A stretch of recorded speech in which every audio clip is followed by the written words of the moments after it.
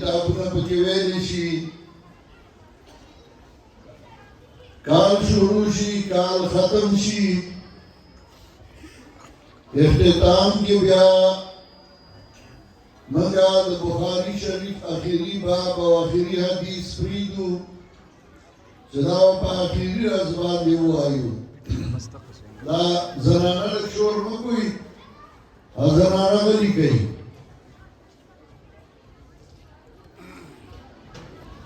نو آخری حدیث او آخری باب همونگا دیر اپریدو چیزی که ملمان راضی آئیون سے فائدہ والی او طلباء خوشحال شید آگئی دوستانی خپلوانی رشتداری ننا آخری باب او آخری حدیث همونگا وایو زبا کوشش کوم چې زه مختصر وم لکه تاسو هم ځان کورونو ته رسوئ. د احادیثو کتابونه په مختلفو طریقو باندې محدثینو لیکلي دي، راجمع کړي دي احادیث. څه داسې محدثین دي چې هغوی احادیثو کتابونه لیکلي دي، احادیث راجمع کړي دي، او په هغې کې هغوی دې ته نه دي کتلي چې دا صحیح دی او دا سقیم دی، دا ضعیف دی او دا قوي دی، و احادیث راجمع کړي دي. څه داسې دي چې هغوی احادیث راجمع کړي دي په مختلفو مسایلو باندې، او په هغې کې هغوی ډېر جان پړتال نه دی کړی. یو مسئله ذکر کړی ده، اختلاف ذکر کړی ده، او نورو احادیثو ته اشاره بیا کړې ده، وفي الباب عن فلان و فلان و فلان، لکه امام ترمذي رحمت الله علیه. څه داسې دي چې هغوی طرق متعدده راغستې دي چې هغه متن ته روان وي او احادیث راجمع کړي او طرق متعدده لکه ابو داود. څه داسې چې هغوی صحیح احادیث راجمع کړي دي او بیا په دې احادیثو کې زیادت او نقصان هم ښودلی دی، لکه امام مسلم رحمت الله علیه. او څه داسې دي چې هغوی صحیح احادیث په یو مسله راجمع کړي دي، لکه امام بخاري رحمت الله علیه کوم کتاب چې نن موږ د هغې اختتامي باب او اختتامي حدیث وایو. امام بخاری رحمت اللہ علیہ په دې کتاب کې 9082 احادیث ذکر کړي دي. په دې کې څه داسې احادیث دي چې هغې 7 ذکر کړي، 8 ذکر کړي، 6 ذکر کړي، چې هغې ته تکرار وایي. چې تکرار پې نه لري کې امام بخاری رحمت اللہ علیہ په خپل کتاب کې 2514 روایات ذکر کړي، 2513 بغیر تکرار نه. امام بخاری رحمت اللہ علیہ په خپل کتاب کې 15 خبرې اهم ذکر کړي په ټول کتاب کې. چا 15 خبرو باندې د دین بنا ده، دین پې روان دی. یو امام بخاری رحمت اللہ علیہ اعتقادات ذکر کړي، دویم امام بخاری رحمت اللہ علیہ عبادات ذکر کړي، دریم امام بخاری رحمت اللہ علیہ معاملات ذکر کړي، څلورم زواجر او پنځم آداب. امام بخاری رحمت اللہ علیہ دی 15 خبرو احتتام کئی، اعتقادات، عبادات، معاملات، زواجر او آداب. امام بخاری رحمت اللہ علیہ په خپل خپل کتاب کې مسائلم ذکر کوي او په فرق باطلو باندې ردم کوي او د هغې دپاره احادیث صحیحه راړي آیاتونه د قرآن راړي او په هغې باندې رد کوي امام بخاری رحمت الله علیه یو بل کارون کړی دی چې هغه کله دا کتاب ذکر کول نو دې په اول کې الحمدلله نه دی ذکر کړی دا د مایک دا دغې وایله تیز کړه الحمدلله نه دی ذکر کړی بسم الله نه شروع کړی دا اول خدا چې زړه کې ویلي دي یا نور و زما په خیال اصل وجه دا ده چې امام بخاری رحمت الله علیه د حدیثو کتاب لیکو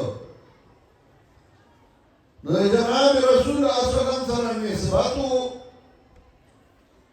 نو رسول الله صلی الله علیه وسلم چې کله سوره حدیبیه کې لیکل کېدل نو اول کې بسم الله لیکلي وو الحمدلله نه وه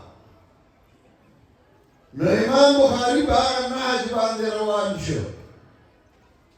چې دا حدیثو کتاب دی او د اتباع رسول الله صلی الله علیه وسلم د وجې نه اول کې بسم الله او بیا ورپسې حدیث باب هغې شروع کړل امام بخاری رحمت الله علیه په خپل کتاب کې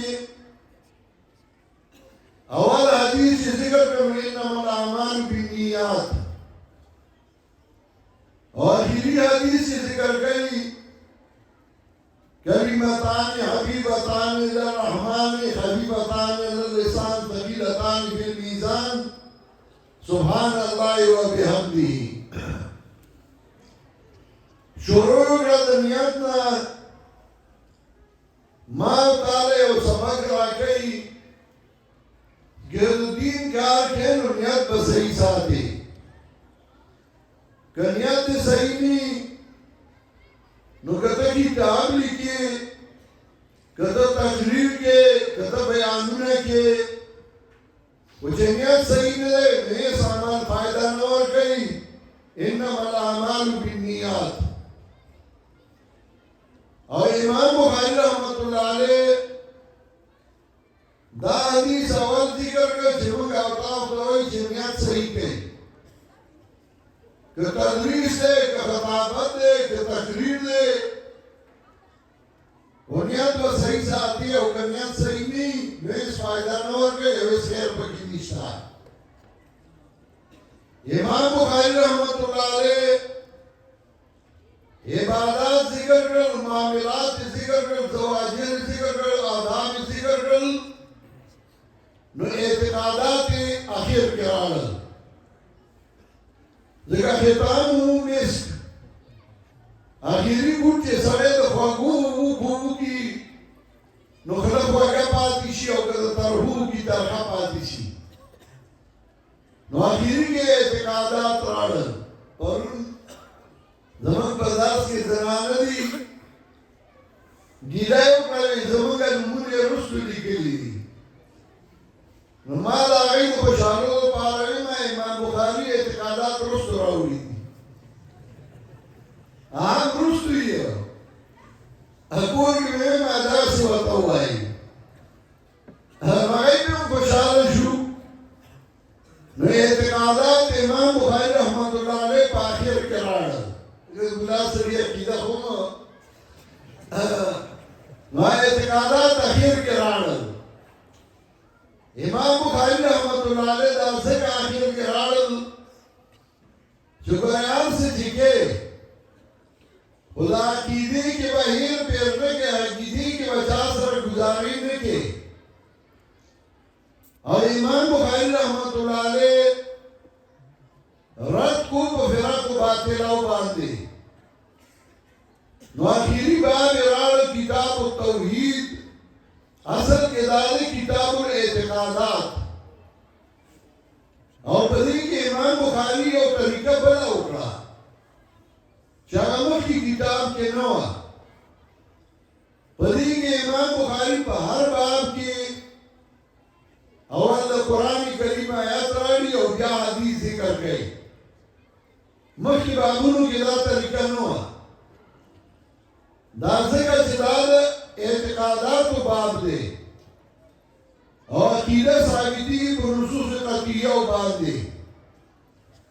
نصوص قطعیه د قرآن آیاتونه او حدیث صحیحه د دې وجې نه راړي نن سبا خلک عقیده ثابتوي او په پلاني کتاب دا لیکلي دي پلاني دا لیکلي دي عقیده په نصوص قطعیه ثابتي نو دې وجې اخر کې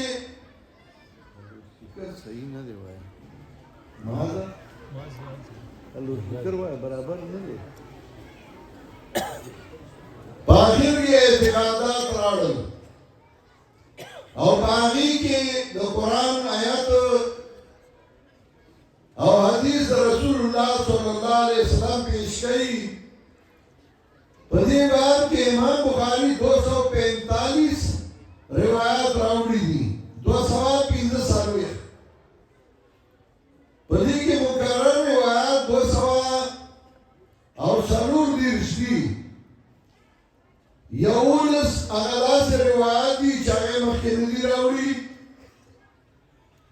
آثار ذکر گئی امام بخاری رحمت اللہ علیہ شفاق دیرش موصول روایت 179 ذکر گئی اور باقی معلق ذکر گئی امام بخاری رحمت اللہ علیہ پدی باب کے اتا اہم خبر بیانی یو خبرہ اثبات توحید رب العزت دین اثبات اسماء و صفات رب العزت دارنگی اثبات علو و استواء العرش مسئلہ رویت مسئلہ تکوین مسئلہ کلام در رب العزت او فرق میان در تلاوت و در مطلوب کے دارنگی تلفظ بالقرآن چیو قرآن دے یو تلفظ بالقرآن دے قرآن قدیم دے تلفظ حدیث دے او خلق و افعال العباد امام بخاری رحمت اللہ علیہ صفات رب العزت ثابت ہے او صفات دری قسم دی یو دی صفات ازلیت رب العزت دین دی صفات فعلیت رب العزت او دین دی صفات سمعیت رب العزت صفات ازلیہ اغودی حیات قدرت علم سمع بصر ارادہ او قدرت صفات فعلیہ چکلا ارادہ و قدرت متوجی شی او حادث تا او دا وجود تراشی لکا اللہ رازق دے نو چه مخلوقی پیدا که نو غیل رزق ورکی اللہ ممید دے نو مخلوقی پیدا که نو بیائی وجنی دیتا وی صفات فعلیت رب العزت درم دی صفات سمیت رب العزت و صفات دا اللہ اگا اللہ لرا ثابت دی او پدی کی دا اہل سنت والجماعت بیا دری قسم دی سوک حقیقیہ چغی پا حقیقت باندے حملئی سوک مؤولا چغی پا کی تعویل کئی او سوک دی مفوضان چغی بس ما یلیکو بشانی ہی اللہ اللہ صفات ثابت دی سمچ دا اللہ شان سر مناسب دی من بگلیر تفصیل دا نزو امام بخاری رحمت اللہ علیہ پدی باب کے پدی کتاب توحید کے بابونا دی او بیا حدیث راڑی یو کم شپیتا بابونا امام بخاری رحمت اللہ علیہ پدی باب کی خودی دی پدی کتاب توحید کے پدی کے آتا پانزوس بابونا مخ کی تیر شو او دا یو کم شپیتم باب دے باب قول اللہ و نضع الموازین القسط ما خلاصہ ہوئے پدې کې امام بخاری او څو اهم خبرې کوي. یو خبره دا کوي ونضع الموازین القسط لیوم القیامه. بیا د هغې تفصیل کوي یو وان اعمال بني آدم وقولهم یوزنو. د بنیانو عمل او قول به تللی شي. دویمه خبره د حضرت مجاهد ذکر کوي. حضرت مجاهد هغه سړی و چې ابن عمر نه 30 کاله قرآن ویلی و او بیا په سجده کې د هغه ساه ختلی و. 30 کاله شاګردي او د هغه نه قرآن ویل. نن سبا خو یو ځل وی قرآن ویل نه ځان ته به ولیکي شیخ القرآن والحدیث په شرمونو یې دا نوم شرم او 30 کاله د ابن عمر نه قرآن ویل او سجده کې ساه ختلی و. د هغه قول ذکر کوي القسطاس والعدل بالرومیه. درېمه خبره ذکر کوي ویقال القسط مصدر المقسط وهو العادل. څلورمه خبره ذکر کوي واما القاسط فهو الجائر. د دې لږ لږ غوندې وضاحت کوم. اول کې امام بخاری رحمت الله علیه آیات ذکر کا ونضع الموازین القسط کې به موږ تللی د انصاف. دی آیت نه دا معلومیږي چې اعمال به تللی شي. نو تفصیلی شروع کی وان اعمال بنی آدم و قولهم یوزنو یا توزنو. اعمال به تللی شي. ځکه دا یو اختلافي مسله وه. یو ډله وه چې هغه یې معتزله وي. هغه یې هر څه په عقل تلل او هر څه په عقل نشي تللی. فإن العقل لا تستقل بمعرفة الشرائع مسلم ثبوت وي. نو هغه یې هر څه په عقل تلل. نن سبا ملحدین دي هغه یې هم هر څه په عقل تلي. نو هغه یې وایي چې عمل د هغې خو جسم نشته نو تللی به څنګه شي. نو تلل بلل نشته. د دې مطلب دا چې الله به بله بدلي ورکوي. اهل سنت والجماعت هغه وایي نه عمل به تللی شي. دې له به الله یو جسم ورکړي هغه به تللی شي. یا دا عمل چې په کومو کاغذونو کې لیکلی شوی نو هغه به تللی شي. یا دا چا چې عمل کړی و دی به تللی شي. د علماو مختلف اقوال دي. څوک وایي چې هغه به تللی شي چا چې دا عمل کړی و او د هغه وزن د عمل په اعتبار وایي. کله کله یو ګټه غټه یا سپکه او کله وړوکې کاڼې یو درونی قیمتي کاڼې.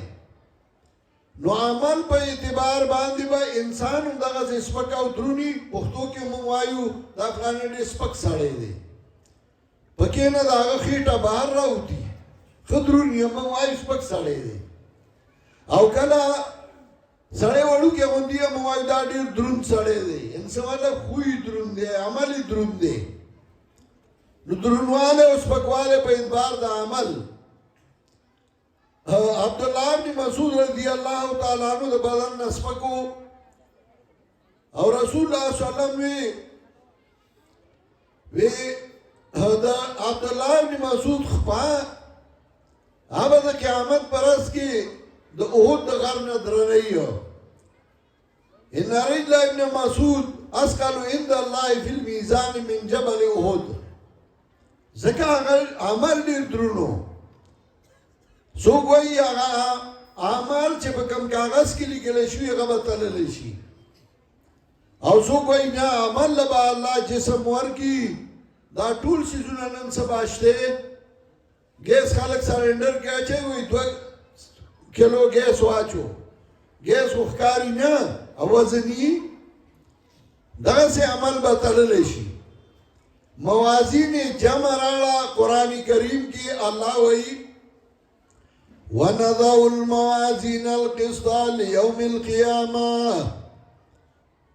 کې بدو منګه تللی د انصاف پر ورځ د قیامت کې. جمع راړه نو څوک وایي دا جمع ځکه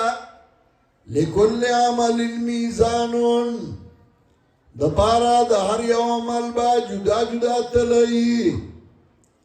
څنګه چې دنیا کې د هر څه لپاره جدا تلئی د سیخ تللو له جدا تلئی مالګي او غنمو تللو له جدا تلئی سرو تللو له جدا تلئی دغه څه د هر عمل لپاره به جدا جدا تلئی خو اصل خبره دا د موازین جمع راړه په اعتبار د موضوعاتو میزان یو دی خو سیزونه پې ګڼتلی شي عمل پې ګڼتلی شي دې وجې نه یې جمع راړه او امام بخاري رحمت الله علیه رد کوي په معتزلو موږ ته دا ښیي چې ګورې حدیث دی وي ملا شوي پټکې دی وو خو دا نه چې وطن ته لاړ شي نو هر چاته وایي ته هم ښه وایه ته هم ښه وایې تا سره هم یم تا سره هم یم نه صحیح ته صحیح وایا غلط ته غلط وایا وَلْتَكُنْ مِنْكُمْ أُمَّةٌ يَدْعُونَ إِلَى الْخَيْرِ يَأْمُرُونَ بِالْمَعْرُوفِ وَيَنْهَوْنَ عَنِ الْمُنْكَرِ خلق برابلی قرآن و سنت تَأْمُرُونَ بِالْمَعْرُوفِ وَتَنْهَوْنَ عَنِ الْمُنْكَرِ امر با کوئی دا اللہ دا دین منی کوئی با خلق دا منکرات ہونا دین با خلقو تخیی دا منکر نبے منی کوئی دانا چتا بدعات وینی او بیاغاک نکے شرکیات وینی او غاک نکے پالی کتابو چا اللہ رد کئی نو اللہ وی کانو لا یتناہون عن منکر فعلو لبیسا ما کانو یسناؤن دایمنا د منکر نه کولا لبیسا ما کانو یسناؤن بدو هغه چې دای جوړول مولیانو ته وای هغه مولا ته لبیسا ما کانو یا د مولا عمل دې ناکار عمل وي چې هغه رد منکر نه کو او رسول الله صلی الله علیه وسلم لتامرن بالمعروف ولتنهون عن المنکر امر بالمعروف بکوئی منکر نو خلق بنی کوئی یا با مذہب اللہ راولی کی چی رد منکر نکوئی امام بخاری منتا دا خی چی کتاب خلاصی گی وزان نا دورا خسرے نجوڑوں چار چاہتا خوا رد کئی پا معتزلہ باندے نو دا دیو جن دا مسئلہ ذکر کرا وَأَنَّا مَالَ بَنِي آدَمَ وَقَوْلَهُمْ يُوزَنُوا اعمال د بنی آدمو قول د بنی آدمو بطل لشی وقال مجاہد القسطاس والعدل بالرومیہ مجاہد وی قسطاس عدل دوی برومیہ جبا کے نو چه قسطاس عدل دوی امام بخاری دیر لری گزار کئی دیر لری لار او آگا آیات تا امام بخاری روان شو چه قرآن کی وی وزنو بالقسطاس المستقیم تول کوئی بڑھنڈائی نیغا باندی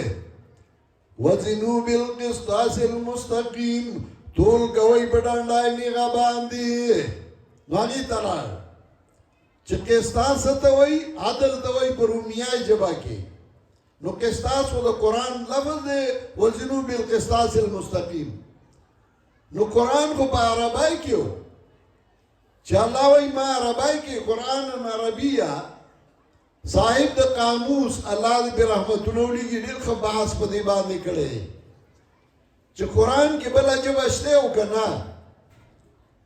نو صاحب دا قاموس دا علماء و اقوال ذکر گئی سو کو اشتے نو بیا مانا صدا چه پا عربائی راغلے یعنی قرآن پا عربائی دا نوری جمعی بکشتے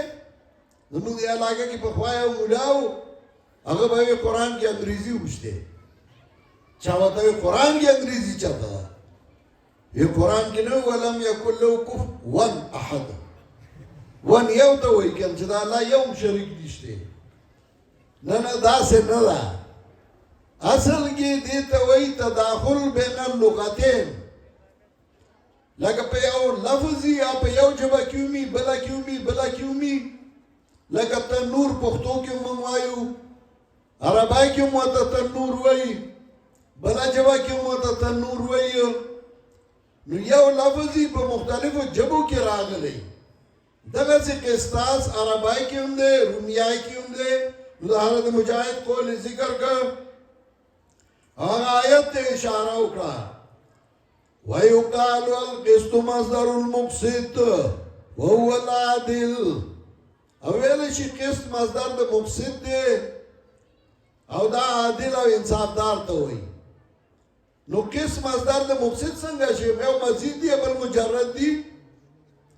نه اصل کې تاسو به فصول اکبری ویلی نو پاغی کې اشتقاق صغیره اشتقاق کبیره او داغی تعریفونه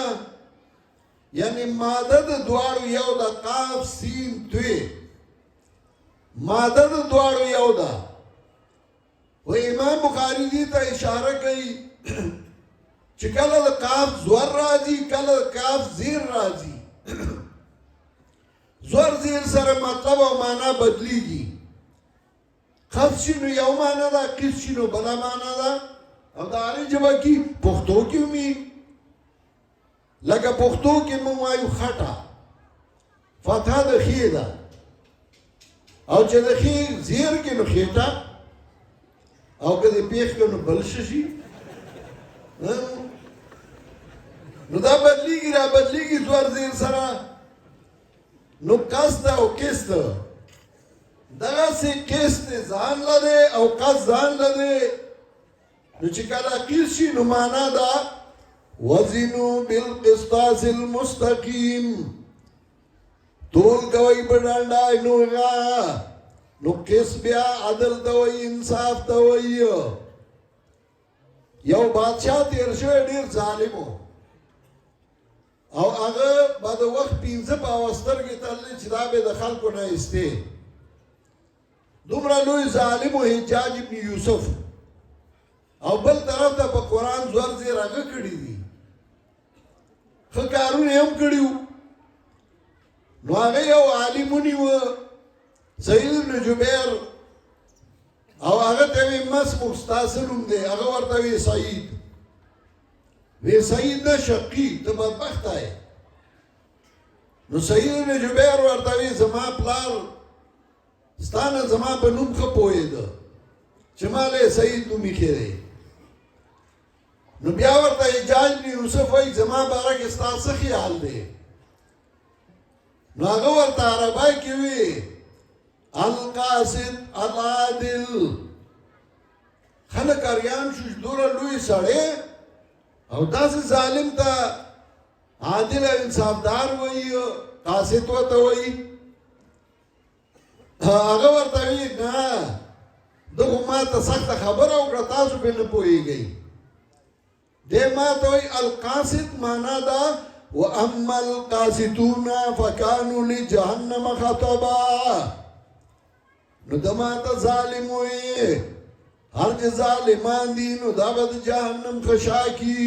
نو دی وایي القاسط یعنی تو ظالمې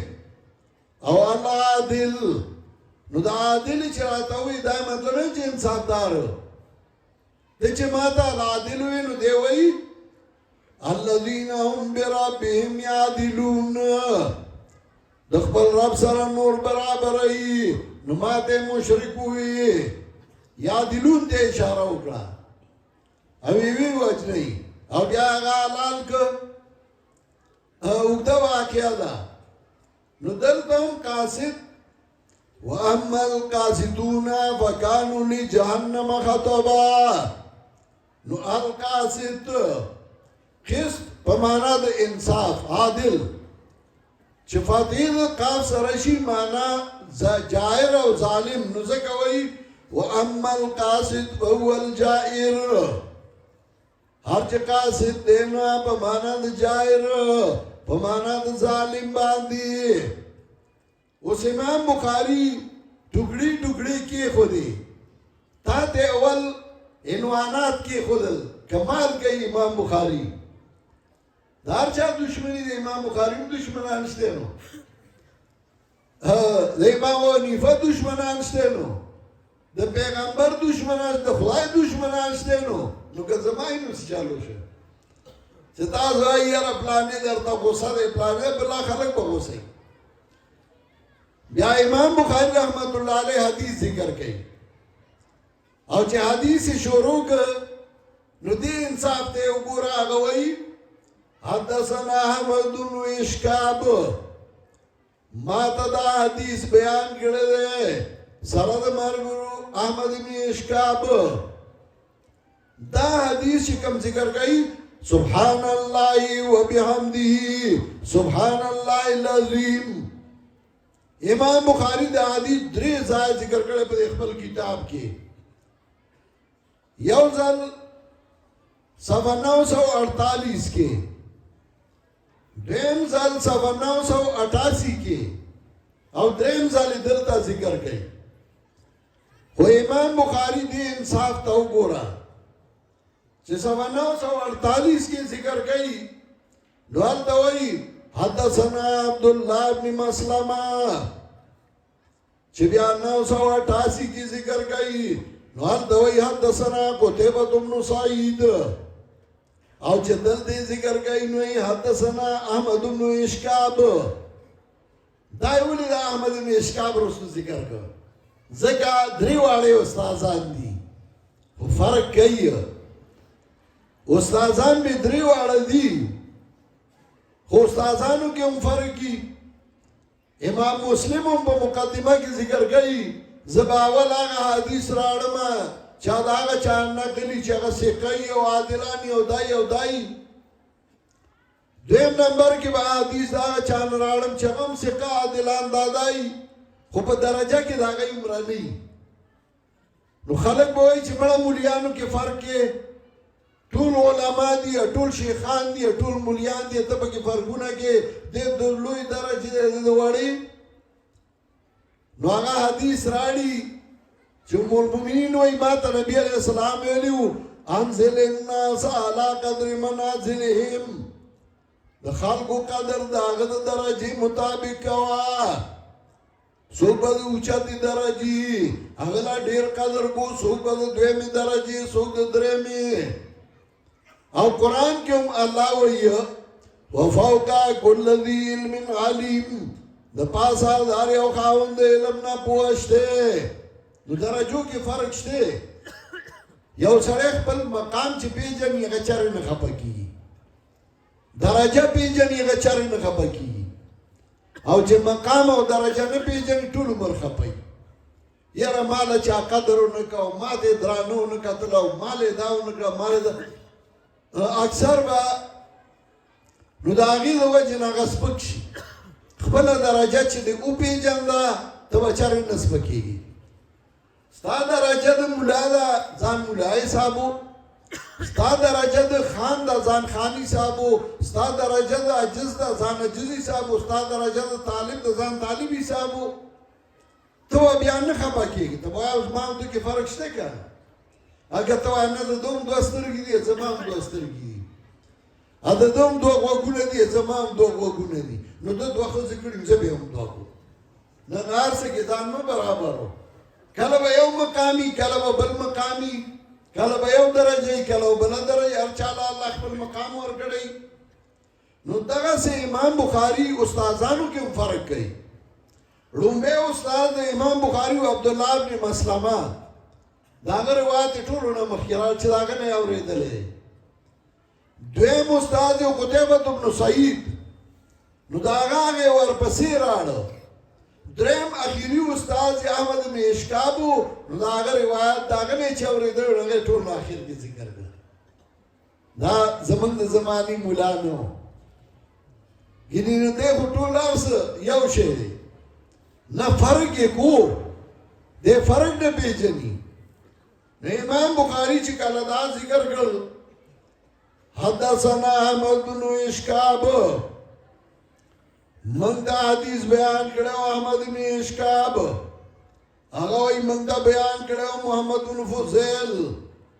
هغه دا عمارة بن القعقاع اوریدلو هغه دا امام ابو زرعه اوریدلو امام ابو زرعه هغه سړیو چې یو تن ورته وي که یو سړی قسم وخوري چې ما ابو زرعه ته 1,00,000 حدیث یاد نه وي نو په ما د ښځه طلاق یې طلاق کېږي که نه امام ابو زرعه ورته وي چې یو سړی قسم وخوري چې ابو زرعه ته 3,00,000 حدیث باسنده نه یاد نو په ما د ښځه طلاق یې هم نه طلاق کېږي نه طلاق کېږي ځکه د 3,00,000 نه زیات حدیث ورته باسنده یادو هی دا الله حافظې ورکړې وي د هغه ډېر لوی لوی حافظې وي یو تره واره له پیغور ورکړه وی شعرونه وایي او قرآن نه یادې واره یې ویم ښه قرآن یاد کړمه ویاو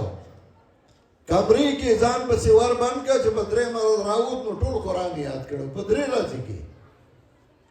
حافظې الله داسې ورکړې وي او چا له الله حافظه ورکي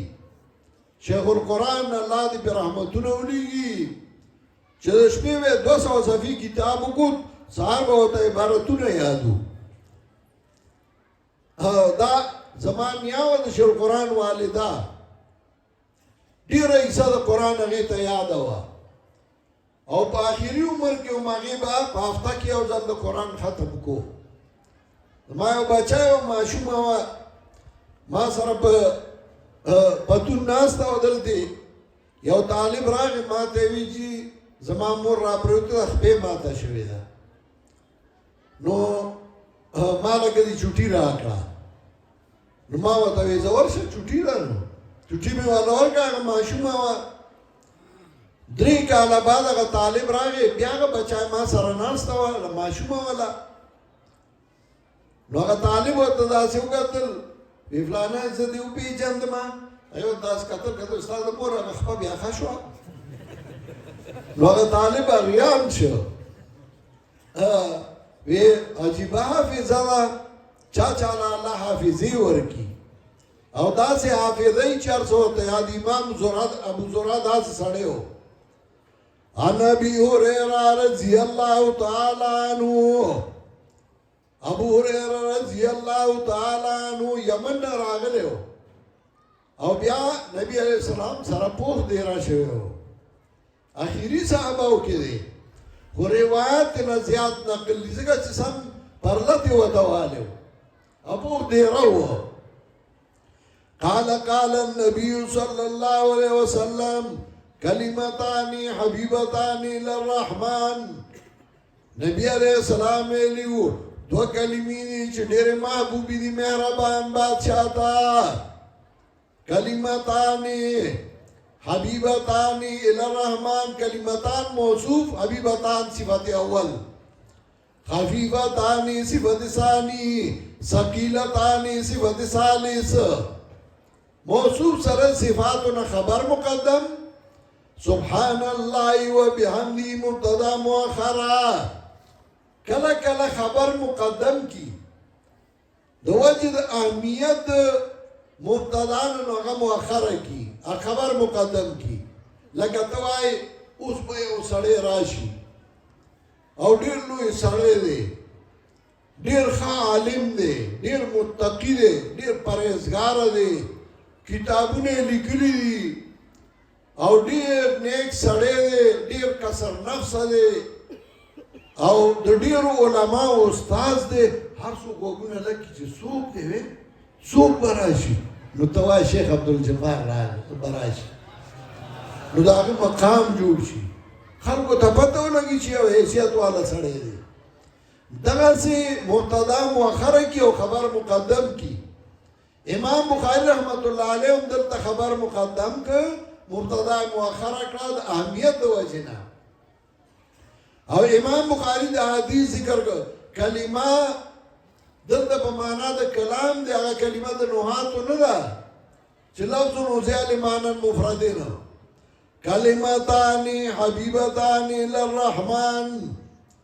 2 خبرې دي چې هغه ډېرې محبوبې دي مهربان بادشاہ ته خفیفتان علی اللسان ډېرې سپکې دي په ژبه باندې په ادا کولو کې ثقیلتان فی المیزان او ډېرې درنې دي په تول کې وزن کې ډېرې درنې دي چې چاوي وزن ډیر دروند دی وجه حدیث کې راځي من کان آخر کلامی لا اله الا الله دخل الجنه هغه څوک چې هغه اخري خبره د توحیدی جنت ته وځي لا اله الا الله مطلب مسله د توحید خبره د توحید دیو چې نبی علیہ السلام کو اخیری ویلیو اللهم بالرفیق الاعلى اللهم بالرفیق الاعلى څه مطلب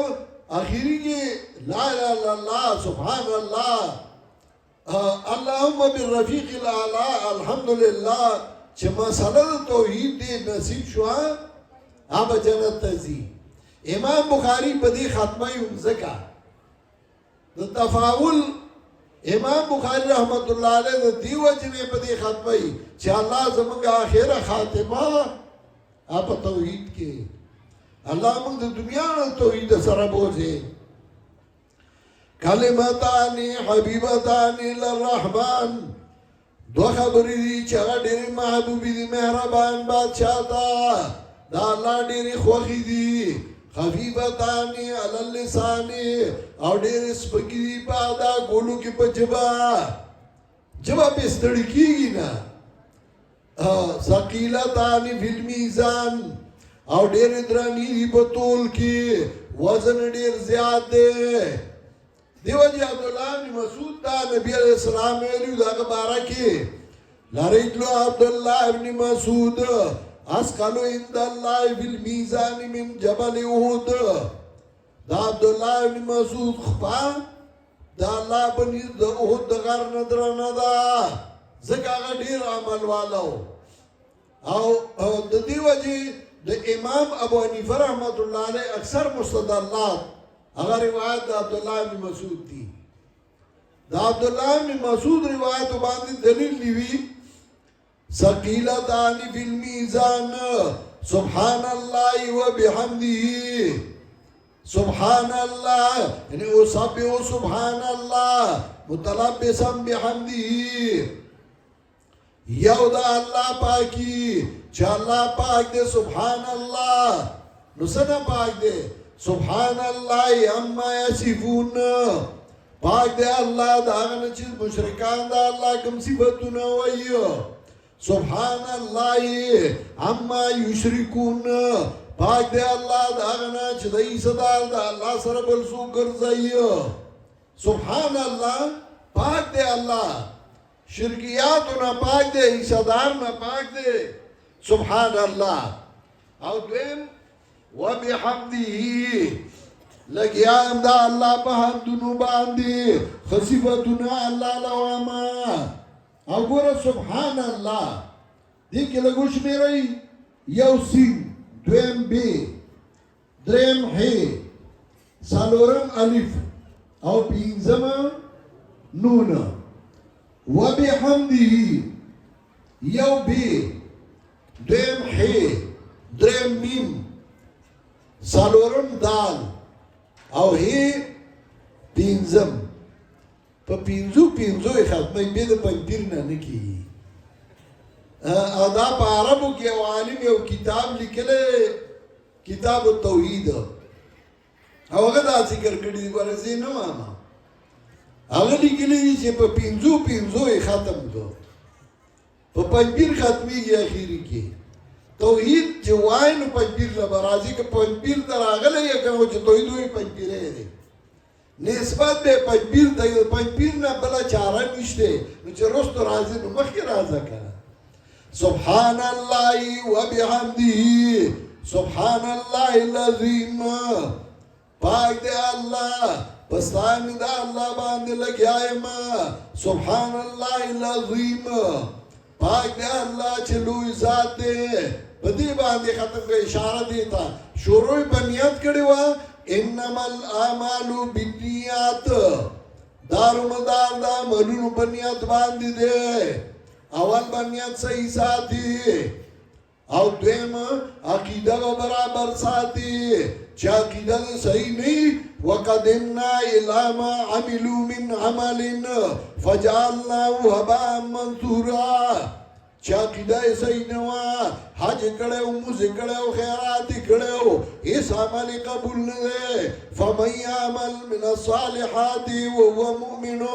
فلا کفران لسعیه، چا چې عمل وکړ نیک وهو مؤمن، خو حال دا دی چې وي دی مؤمن، عقیده یې ایماني، فلا کفران لسعیه، نشته ناشکري د دې عمل، بې د عقیدې نه بله لار نشته. نو عقیده سمه که رد شرک وکړه، اثبات د توحید وکړه، او دا به دې په کار راشي. امام بخاري په دې ځکه ختم کړ چې مقصد د امام بخاري دا دی چې الله موږ د دنیا نه بیایي نو په صحیح عقیده هم بوله، چې موږ د شرک رد کوو، د بدعاتو رد کوو، د توحید او سنت اثبات کوو. الله دې موږ ټولو له په دې باندې استقامت او کلکوالی راکړي. کم طلبا چې فارغ شو زه هغوی ته مبارکي وایم، د هغوی خپلوانو ته، رشته دارو ته چې هغوی راغلي دي، که هغه طالبات دي او که طلبا دي، زه هغوی ټولو ته مبارکي وایم. زموږ په دوره حدیث کې تقریبا 140 زنانه وې او نارینه 460 کسان دا طالبانو چې هغه نن فارغ شو. او په افتا کې 60 کسانو چې هغه نن فارغ شو د دې ځای نه، مفتیان او هغوی باقاعده مقالې لیکلي دي په مختلفو موضوعاتو باندې. دوره کار په یو لوی یونیورسټۍ کې نه کېږي چې هغوی تیسیس لیکي، هغه هم یو څو پاڼې. او په دې مدرسه کې هر کال 50-60 مقالې په مختلفو موضوعاتو، او په داسې چې په نوو موضوعاتو لکه ډیجیټل تصاویر قرآن و حدیث کی روشنی میں، دغسې زراعت قرآن و حدیث کی روشنی میں، دغسې په دې کال کې په نوو موضوعاتو باندې چې هغې ته د چا ذهن هم تر اوسه نه رسي. او زمونږ طلباو په هغې باندې 300 صفحې پورې 1600 پورې کتابونه مقالې ولیکلې، او دا ټول موږ سره پراته. خو یونیورسټو سره ډېر ګرانټونه او ډېرې پیسې او حکومت هم ورله اهمیت ورکوي، سړی پکې یو نه پیدا کېږي چې دا ډېر کم. او په دې مدرسو کې هغه پیدایي چې هغه د دنیا لیډینګ کوي، هغه د دنیا راهنمایي. کنتم نجوم السماء یهتدی بکم فصرتم ظلما، تاسو د اسمان ستوري وئ،